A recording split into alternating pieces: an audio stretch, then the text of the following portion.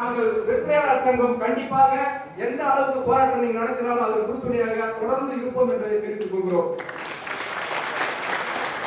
உங்கள் போராட்டத்தை வழிநடத்துகின்ற தலைவர் என்னுடைய சங்கத்தினுடைய சிறப்பு தலைவர்.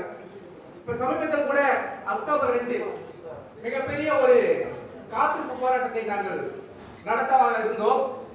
அரசாங்கமும் எங்களுடைய நிர்வாகமும் பல்வேறு கட்ட பேச்சுவார்த்தையின் மூலமாக இந்த போராட்டம் நம்முடைய தலைவர் தலைமை தாங்கினால் 24,000 பணியாளர்கள் 28 சங்கங்கள் உள்ள எங்களுடைய டாஸ்மாக்களில் எந்த அளவுக்கு இது வீதி கொண்டு போகும் என்று உணர்ந்து அரசும் நிர்வாகமும் காவல்துறையும் பல்வேறு வகையான பேச்சுவார்த்தைகள் நடத்தினார்கள்.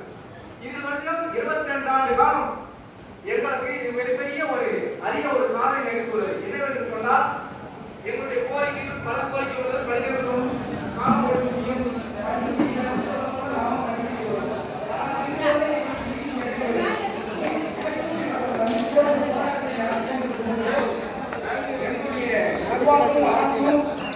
பேச்சுவார்த்தையின் மூலமாக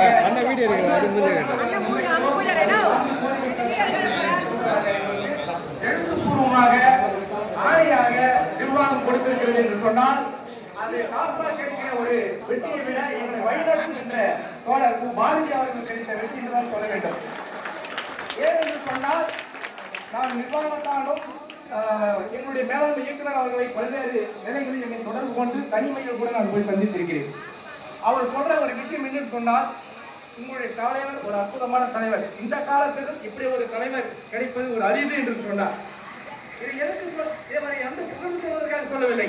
அவருடைய தியாகம், அவருடைய உழைப்பு, அவர் இந்த தூய்மை பணியாளர்கள் எடுத்துக்கொள்வது செல்கின்ற வழி என்பது அவர் ஒரு IAS அதிகாரி என்பதை விட இவருடைய தியாகத்தை அவர் மிகவும் உன்னிப்பாக கவனித்திருக்கிறார்.